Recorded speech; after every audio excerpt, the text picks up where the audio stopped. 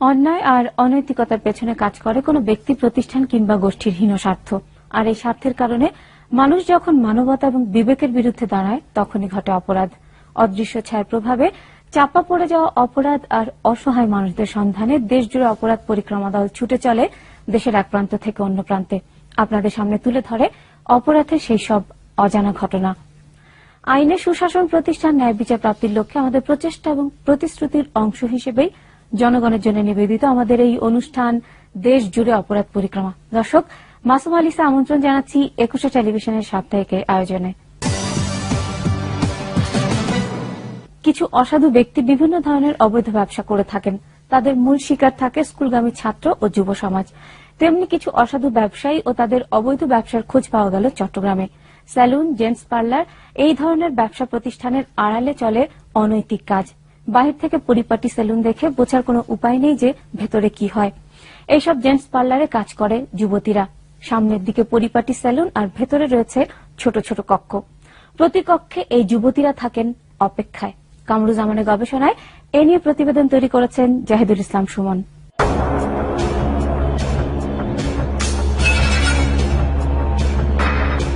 বাংলাদেশের দ্বিতীয় বৃহত্তম শহর বন্দরনগরী চট্টগ্রাম। বাণিজ্যিক রাজধানী হিসেবে পরিচিত চট্টগ্রাম শহরের অভিজাত এলাকায় সেলুন, বিউটি পার্লার ও ম্যাসেজ পার্লারের আড়ালে চলছে অনৈতিক কর্মকাণ্ড। অভিযোগ আছে, এই ধরনের অনৈতিক কর্মকাণ্ডের সুযোগ দিয়ে মোটা অঙ্কের অর্থ মাসোয়ারা হিসেবে তুলে নিচ্ছে স্থানীয় পুলিশ প্রশাসনের কিছু দুর্নীতিবাজ ব্যক্তি। শহরের প্রাণকেন্দ্র পূর্ব নাসিরাবাদের জিইসি মোড়ের পাশেই এম টাওয়ারের নিচতলায় অবস্থিত স্টার সেলুন জেন্টস পার্লার। বাইরে থেকে ভিতরের পরিবেশ অনুমান করাও কঠিন। ভেতরে প্রবেশ করলেই চোখে পড়বে ছিমছাম পরিপাটি সেলুন, অথচ এর মধ্যে চলছে ভয়ঙ্কর অনৈতিক কর্মকাণ্ড।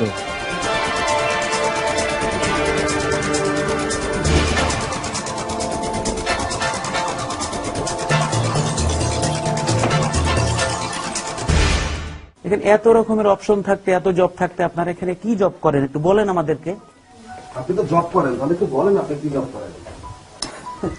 আপনার বলতে তো অসুবিধা নেই, আপনি কি জব করেন। আমি বলতে পারবো আমার মালিকের সাথে কথা বলবো। আমরা যে আপনার মালিকের সাথে কথা বলবো, সেই মালিকটা কে? এখানে আর অনেকে আছে, আমিও আসছি যে 2 দিন হয়েছে। না না না, 2 দিন হয়ে আপনি একটা মেয়ে হয়ে একটা পার্লারে চলে আসলেন, ছেলেদের মেসেজ করেন আপনি, অথচ মালিকের নাম না জেনে আপনি এখানে এসেছেন, এটা মনে করার কোনো কারণ নেই। আপনার মালিকের নামটা বলেন। আমি জানি না, আমি আসছি যে নতুন। এখানে আপনারা মাসিক মানে বেতনে চাকরি করেন নাকি ডেইলি বেসিসে? বলেন। আমি আসছি কালকে, আমি জানি না। ওরা 10টা বাজে আসে, 9টা 9:30 থেকে চলে। কতদিন ধরে কাজটা এখানে হচ্ছে, মানে এটা শুরু করছেন কতদিন হলো? 3 মাস। 3 মাস। তো এটা শহরের একটা প্রাণ কেন্দ্র জায়গায় প্রশাসনের কোন লোকজন কিংবা এলাকার গণ্যমান্য ব্যক্তি কেউ এসে আপনাদের এই কাজের মানে এটা নিয়ে কেউ কোনো কথা বলে আপনাদের যে এটা করো কেন তোমরা, এটা ঠিক না? না, এটা ভালো নেই। কাদেরকে ম্যানেজ করে এটা করে? এটা কি ঠিক কাজ হচ্ছে? এটা তো ঠিক কাজ না। এটা হচ্ছে কিভাবে? বুঝলেন তো, ফেরত দাইয়ে তো সবকিছু করে। ফেরত দাইয়ে কারণ আনালে এইসব ব্যবসায় কি হোটেল হবে নাকি স্টার হোটেল। হ্যাঁ, নর্মাল দেন হিন্দি আছে, নর্মাল ওদিকে আছে। আচ্ছা আচ্ছা, আপনি এখানে কি হিসাবে, মানে আপনি বেতনে না? হ্যাঁ, বেতন। কি কত বেতনে কাজ করেন আপনি এখানে? 5,000 কিছু আমরা 25 করে। আচ্ছা আচ্ছা, 25 এই আশেপাশে এই ধরনের প্রতিষ্ঠান আছে, ঠিকানা বলতে পারেন দু একটা? আছে। এক কোনায় ছোট্ট একটা দরজা। ভেতরে ঢুকে দেখা গেল কাপড়ের পর্দাটা নিয়ে ছোট ছোট রুম তৈরি করা হয়েছে। রাখা হয়েছে বেশ কিছু সুন্দরী যুবতী। এখানেই চলে যত সব অনৈতিক কর্মকাণ্ড। স্কুল কলেজের উঠতি বয়সের ছেলেরা সহ যুব সমাজের একটি বড় অংশ এদের খরিদ্দার। আমি যতটুকু জানি যে নর্মাল একটা বডি ম্যাসাজ হয়। আচ্ছা, এখানে কোন ধরনের লোকজন এখানে আসে বলেন তো? এখানে সব ধরনের লোকজনই আসে। এখানে কোন ধরনের লোকজন আসে নির্দিষ্ট বলা যায় না, যে কে কোন কাজে আসতেছে, কে কোথা থেকে আসতেছে, কে কি জব করে, এই ধরনের কোনো আইডিয়া আমাদের কাছে নেই। একজন মানুষকে কতক্ষণ মেসেজ করায় ওরা? আধা ঘন্টা। কত টাকা দেয়? আধা ঘন্টা 300 টাকা, 400 টাকা।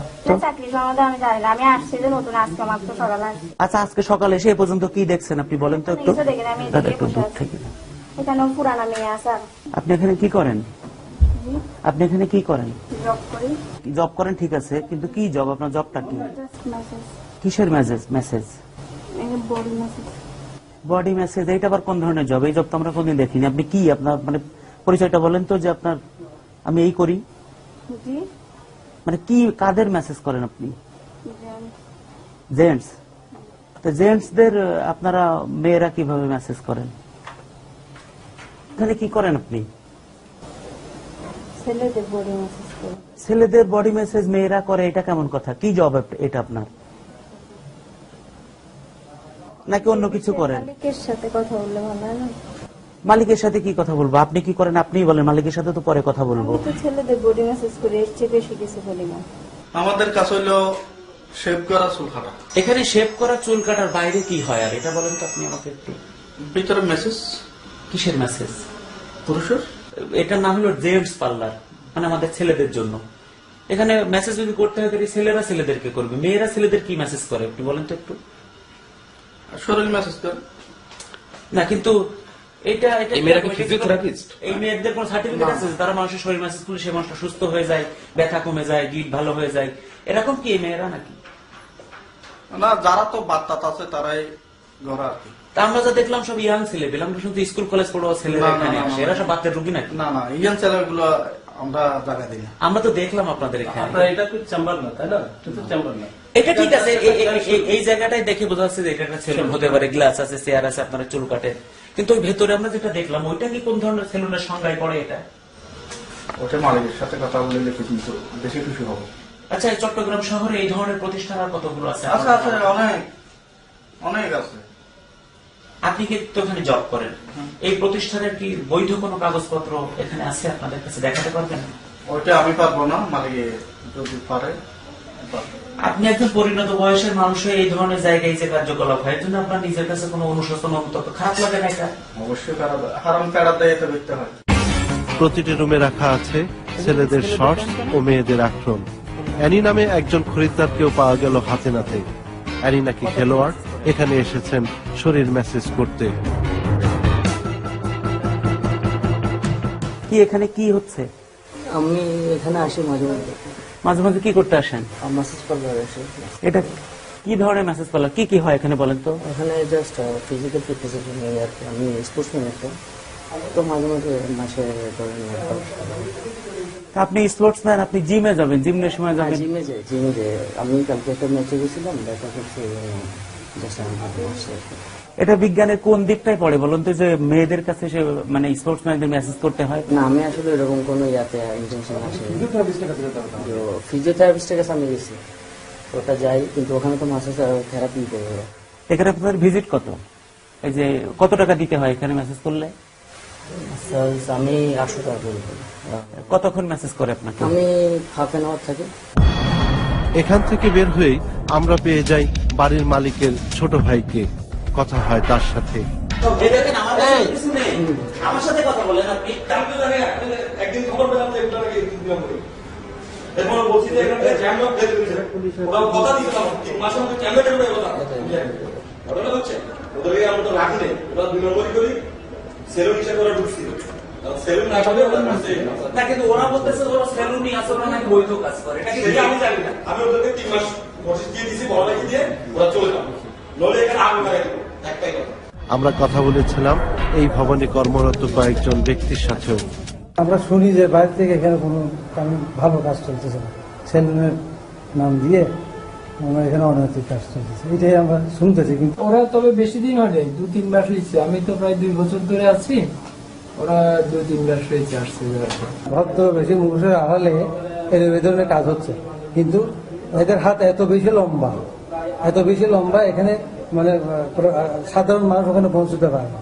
দিনের পর দিন শহরের অভিজাত এলাকার অসংখ্য জায়গায় চলছে এইসব অনৈতিক কর্মকাণ্ড। সমাজের কিছু প্রভাবশালী ব্যক্তি এইসব অনৈতিক কাজের পৃষ্ঠপোষক, অথচ প্রশাসন থাকে নির্বিকার। দর্শক, অনুষ্ঠানের পর্যায়ে ছোট্ট একটা বিরতি নিচ্ছি, ফিরে এসে দেখব এসব অনৈতিক কর্মকাণ্ডের আরো তথ্য। আমাদের সঙ্গেই থাকুন। আবারও স্বাগত দেশ জুড়ে অপরাধ পরিক্রমা অনুষ্ঠানে। আমাদের সঙ্গে থাকার জন্য সবাইকে ধন্যবাদ। এই অনৈতিক কর্মকাণ্ডের খবর সংগ্রহ করতে গেলে আমাদের প্রতিবেদকদের বিভিন্নভাবে ভয়ভীতি দেখিয়ে অবরুদ্ধ করে রাখা হয়। পরে স্থানীয় সাংবাদিক এবং পুলিশ প্রশাসনের সহযোগিতায় তারা মুক্ত হয়। নির্ভরযোগ্য তথ্য পেয়ে এরপর আমরা যাই শহরের খুলশী এলাকায় সিডিএ এভিনিউর লায়লা মঞ্জিলে। এই ভবনের ৪র্থ তলায় অবস্থিত Tanim salon and massage parlour. ৩য় তলায় ওঠার পর ৪র্থ তলায় ওঠার সিঁড়ি দেখে বোঝার উপায় নেই যে উপরে মানুষ যাতায়াত করে। এটা হচ্ছে মেসেজ পার্লার। মেসেজ পার্লারে কি মেসেজ পার্লার? মানে মেসেজ পার্লারের ধরনটা কি? কাদেরকে মেসেজ করা হয়? সব জায়গায় তো আছে ওগুলি। না না না, সব জায়গায় আছে। আপনারটার কথা আপনি বলেন, সব জায়গাটা বলতে হবে না তো। আমি গেছিলাম ওই জায়গায়, এখন আপনারটার কি অবস্থা এটা বলেন আপনি। কি মেসেজ পার্লার লাইসেন্স আছে না? এটা মালিক আছে, মাসের মালিকের ফোন। উপরে উঠে দেখা গেল এখানেও একটি সিমসাম সেলুন। খরিদ্দারদের বসার জন্য দামি দামি সব সোফা রয়েছে এখানে, তবে চুল কাটার জন্য কোনো খরিদ্দার চেয়ারে নেই। আপনারা কি করেন এটা বলেন এটা আপনি। আমাদের সেলুন আর পার্লার। কিসের সেলুন আপনার? এই যে চুল কাটার সেলুন দেখতেছেন না, যে সেলুন। যে সেলুন, এখানে কি ব্যবসা করার জন্য অনুমোদন নিয়েছেন আপনি? জি, কি ব্যবসা করার জন্য অনুমোদন নিয়েছেন? না না, আমার সাথে বলতে হবে। পার্লার এখানে মেসেজ বডি মেসেজ করে, এগুলো হ্যাঁ, সবাই জানে। এখানে না না না, এখানে সেলুনে 2টা চেয়ার আর 10টা মহিলা, মানে কি 10 জন 10টা মহিলা নাই তো এখানে। আপনি কয়টা আছে? কয়টা আছে? কয়টা থেকে 60 জন আছে, 10টা মেয়ে করে এখানে। হ্যাঁ? 10টা মেয়ে করে এখানে। ওই 4 জন মেয়ের কাছে আমরা এখনই যে দেখছি 5 জন। 4 জন বললেন কেন? হ্যাঁ, রুমের এক কোণে একটি মানুষের ছবি এঁকে হাত দিয়ে দেখিয়ে দেওয়া হয়েছে ভেতরে যাওয়ার পথ। আমাদের বাধা দিচ্ছেন কেন আপনি? আমি মনে করছি আপনারা এখানে ডাকাতের মতো আছে, দুমদারকে ইয়ে করতেছেন। ডাকাতরা কি ক্যামেরা নিয়ে আসে নাকি? আমরা কি অস্ত্র নিয়ে আসছি? আমি এখন অন্যটা দেখলাম। দরজা ঠেলে ভিতরে ঢুকতেই দেখা গেল ভিন্ন এক পরিবেশ। এখানে ঢুকতেই এখানকার নারীরা আমাদের উপর রীতিমতো চটে গিয়ে তাদের ক্ষমতার দম্ভ দেখানো শুরু করলো। কেন কেন ক্যামেরা? না না না, ক্যামেরা বন্ধ হবে না, ক্যামেরা বন্ধ হবে না, এমনি কথা বলতে হবে। কথা বলতে অসুবিধা নেই। এই ক্যামেরা ধর দিবেন না আপনি। কেন খাদ্য একদম মানুষ খাচ্ছিলেন নাকি? একজন খরিদ্দারকে পাওয়া গেল আপত্তিকর অবস্থায়। তার সাথে কথা বলতে চাইলে আমাদের ফাঁকি দিয়ে সটকে পড়ার চেষ্টা করলো সে।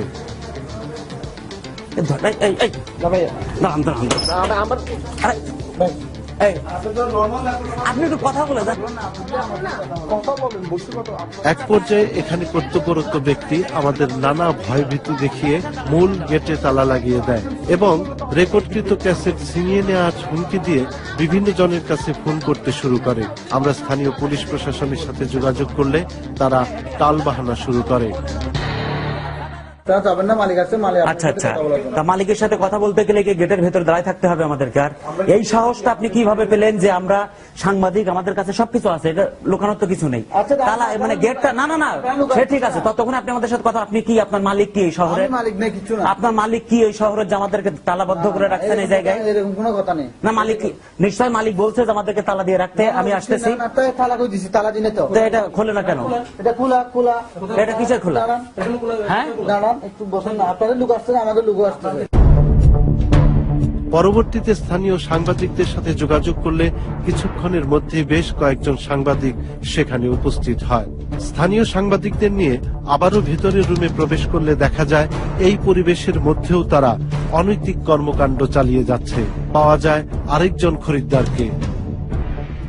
মেসেজ করতে আসছি, ওরা মেসেজ করে হাত পা কামড়াইলে হাত পা টিপে মেসেজ করে 1 ঘন্টা চলে। আপনি জিমনেশিয়ামে না গিয়ে এখানে মেয়েদের কাছে, সেই ইয়াং বয়সের মেয়েদের কাছে কেন মেসেজ করতে? এর থেকে আপনার কোনো উপকার হয়? মানুষের গিটে ব্যথা, শরীরের ব্যথা, স্পোর্টিং ফিগার রাখতে গেলে কি এই ধরনের মেসেজ পার্লারে আসে মানুষ? এরা কি ডাক্তার? হাত তো বলতে পারবো না। তাহলে এখানে এসছেন কেন আপনি? এই আসি হঠাৎ করে, সপ্তাহে 15 দিনে একদিন মনে চাইলে আসি, এখানে মেসেজ করে যাই। সাধারণ দৃষ্টিতে এটা বৈধ না অবৈধ কর্মকাণ্ড মনে হয় আপনার? এটা তো ব্যক্তিগত হিসাব করলে তো অবৈধই হবে, বৈধ আর কি ব্যাপার। কিছুক্ষণ পর সেখানে পুলিশ এসে উপস্থিত হয়। আমরা তাদের সাথে কথা বলি। আপনারা মানে কি করতে চান? আমরা রিপোর্ট করতে চাই। আমরা রিপোর্ট করবো, আর কিছু না। আমি ওইটা বলি না, আমার থেকে জানতে চাই, মানে আপনারা কি বলতে চান? মানে ওদেরকে নিয়ে যাবো আমরা? আপনারা না আসলে এখন আমাদের যে খারাপ অবস্থা হলো, এটাকে আপনি বিশ্বাস করেন? ওটা তো এখন ঠিক হয়েছে। এখন তো ঠিক হয়েছে, কিন্তু ঠিক হলো তো আপনাদের জন্যই। ওটা ঠিক হয়েছে আপনাদের তো, আপনার সাথে আমার বৃত্তি দিয়ে না, আপনাদের কাজ শেষ করে আমাদের জানবে না, আমাদের কাজ শেষ হলো, আমরা তো এখন এই জায়গাতে